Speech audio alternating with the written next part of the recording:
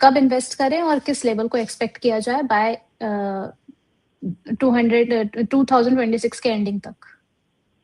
2026 के एंडिंग तक HDFC bank, right? जी। Alright, तो अभी आ गया है 920 पर, बहुत बढ़िया। ये इसलिए बोल रही हूँ क्योंकि इन्वेस्टमेंट के लिए अपॉर्चुनिटी कम आएंगी और एक्सपेक्टेशन बाय द 26 नहीं लगेगा वैसे, मतलब पूरा 26 नहीं लगेगा, उससे पहले आ जाएगा, उसके बाद तो रिबाउंड करके टारगेट देने की तरफ चलेगा। बट यस, स्पेसिफिकली कि क्या एक्सपेक्ट करें हम इसमें, आप इसमें 870 850 एक्सपेक्ट कर सकते हैं। 920 अभी चल रहा है। मैं पूरा साल भर 2000 दिसंबर तक ही आएगा, एंड तक उतनी भी जरूरत नहीं है, ये जल्दी 2-3 महीने में आने वाला भाव लगता है, एंड वहां से खरीदारी का व्यू बनता है। तो जैसे ये भाव आ जाए आप बाइंग भी कर सकते हैं, बिकॉज बाय द टाइम ये लेवल आएंगे उसके बाद बहुत चांसेस बनेंगे कि ये 940 की तरफ, 1000 की तरफ वापस से टारगेट की तरफ चल जाएगा।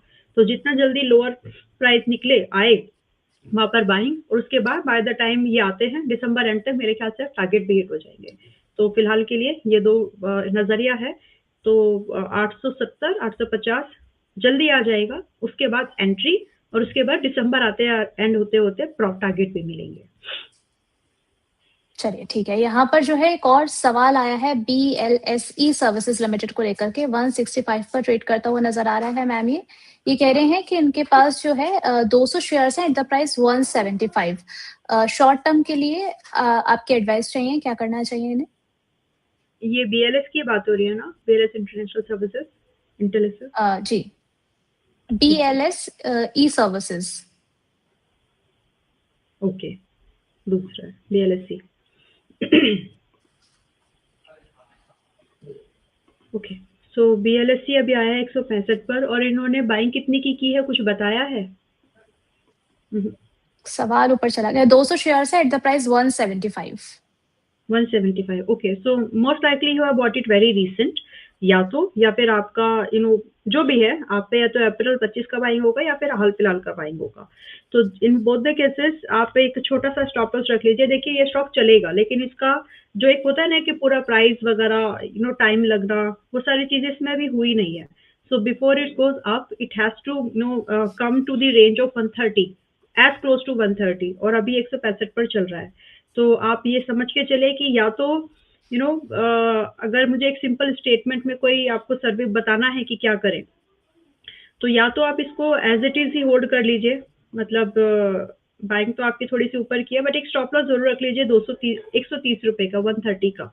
हालांकि मैं ये बता सकती हूँ आपको कि जैसे ही ये स्टॉक आपका ब्रेकआउट करता है 185 को, इसके बाद इसमें मोमेंटम आप अच्छी एक्सपेक्ट कर सकते हैं, which will lead to our next target of 220 and up to 275। तो ये दो पॉसिबिलिटीज है, but this may take another, like अगर मैं टाइम डिफाइन करना चाहूँ, क्लोज टू 6 मंथ लग सकते हैं, या फिर जून तक का व्यू तो कम से कम लग ही सकता है, 4 महीने। तो फिलहाल इसको टाइम है, पहले इसको थोड़ा सा नीचे आना है फिर ऊपर जाना है, तो इस सब चीजों में समय लगने वाला है। To protect your capital if you want 130 closing base is the more than enough stop loss that you can look for. In fact आप चाहें तो एवरेज करने का अगर जरूरत, अगर है आपके पास में पैसा है, प्रोविजनिंग है, तो 150 पर थोड़ा बहुत ऐड कर लो, ताकि आपका एवरेज प्राइस थोड़ा 160 तक एवरेज हो जाए बस, क्योंकि आप स्टॉप लॉस 130 का ले रहे हैं, तो आपका टारगेट फिर अच्छा खासा बन जाएगा। चलिए ठीक है। डॉली पटेल जी है, कह रही हैं कि हाय अंबाला मैम, रिको ऑटो इंडस्ट्रीज में आपका व्यू क्या है? आपने रिकमेंडेशन दिया था बाइंग एट 139। यस, तो रिको में देखो अभी ना तो टारगेट हुआ है ना ये स्टॉप लॉस, तो इसमें अर्ली एग्जिट लेने जैसा कुछ भी नहीं है। तो फिलहाल आप इसको टारगेट के लिए with given stop loss hold कर लीजिए। ओके।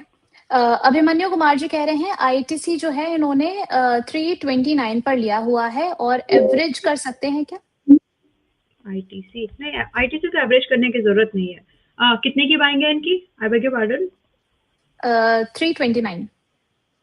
स्टिल ओके, मुझे ऐसे 4 समझ में आया। नहीं, आपको इसमें एवरेजिंग की जरूरत नहीं है, just try to give time. It is something like सोनाकॉम। तो आप इसको अगर ऐसे भी रखेंगे आप लोग, तो भी इसमें एक अच्छा खासा मूवमेंट अपसाइड का होगा, लेकिन समय लगेगा।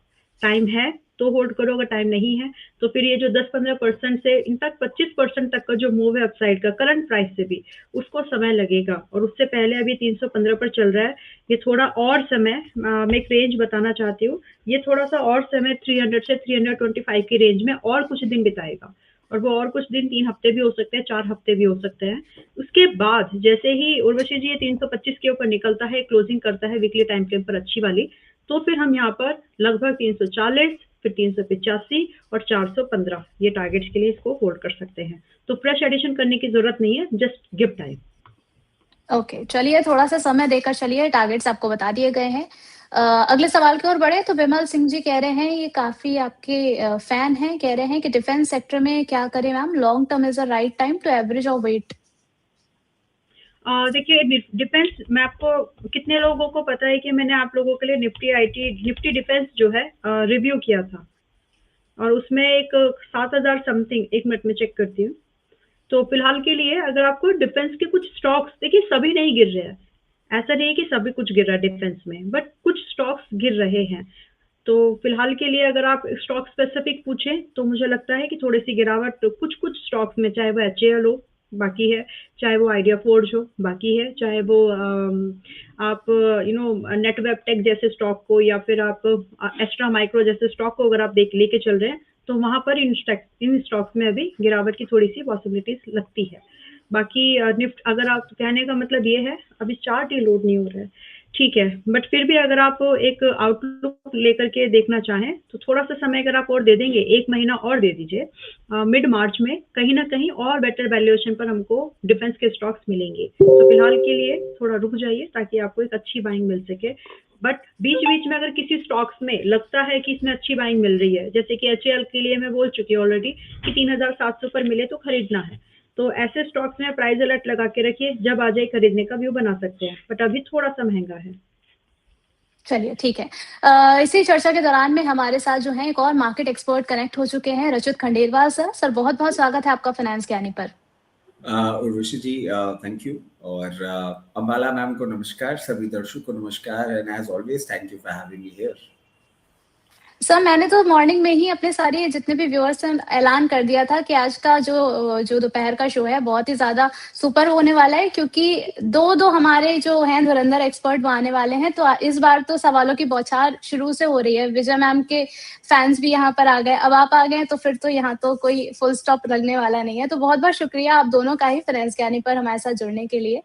बातचीत आपसे रचित सर बहुत सारे सवाल करने हैं, लेकिन उससे पहले विजय मैम की एक एडवाइस यहाँ पर और लेनी है। हमारे पोल पर एक सवाल लगा हुआ था, जहाँ पर हमारे सभी दर्शकों के लिए 4 ऑप्शन थे। सवाल था कि आईटी सेक्टर की सुस्ती के बीच निवेश के लिए कौन-सा सेक्टर आपको बेहतर दिख रहा है? 4 ऑप्शन थे, defence sector, pharma sector, banking sector और पावर सेक्टर। यहाँ पर सबसे ज़्यादा लोगों का जो रुख है वो बैंकिंग की तरफ है। 35% इसको वोट किया गया है, डिफेंस सेक्टर को 22%, फार्मा को 12% और पावर सेक्टर को 30% तक वोटिंग की गई है। मैम आपका व्यू क्या है इस पर? मैं एक चूज करना है या 2? तो अगर फिर भी चलिए, प्रायोरिटी मेरी यहाँ पर पावर की है, और अगर दूसरा अगर मुझे सेक्टर लेना है तो मैं फिर डिफेंस को उसमें इन गिवन ऑप्शंस में से डिफेंस को पिक करूंगी। और निफ्टी डिफेंस का चार्ट मेरे सामने आ गया है, अभी इस बीच में उसको 7,300 का एक डिक्लाइन मैंने बोला था आ जाएगा, उसके बाद यहाँ पर रिबाउंड होगा। सो स्टॉक स्पेसिफिक, जैसे कि बोला कि सब कुछ नहीं गिर रहा है डिफेंस में, कुछ कुछ बाय करना है, उसमें से बीएल जैसे कुछ स्टॉक्स हो सकते हैं, भेल जैसे कुछ स्टॉक्स हो सकते हैं, तो जो अच्छा वैल्यूएशन पर मिल रहा है उसको खरीदेंगे। बाकी एचएएल जैसे स्टॉक्स में और डिप का वेट करेंगे, लगभग 3,700 का। तो डिफेंस अभी यहाँ से चलने के लिए तैयार हो रहा है, बट स्टॉक्स कौन से हैं, सेक्टर वाइज मैंने बताया आपको, इंडेक्स वाइज चलने के लिए तैयार हो रहा है। अब स्टॉक्स सावधानी से सिलेक्ट करने हैं। तो 2 सेक्टर्स इन गिवन ऑप्शंस में से, पहला एनर्जी, दूसरा डिफेंस। चलिए ठीक है, बहुत-बहुत शुक्रिया विजय मैम हमारे साथ जुड़ने के लिए और हमारे सभी सवालों के जवाब देने के लिए।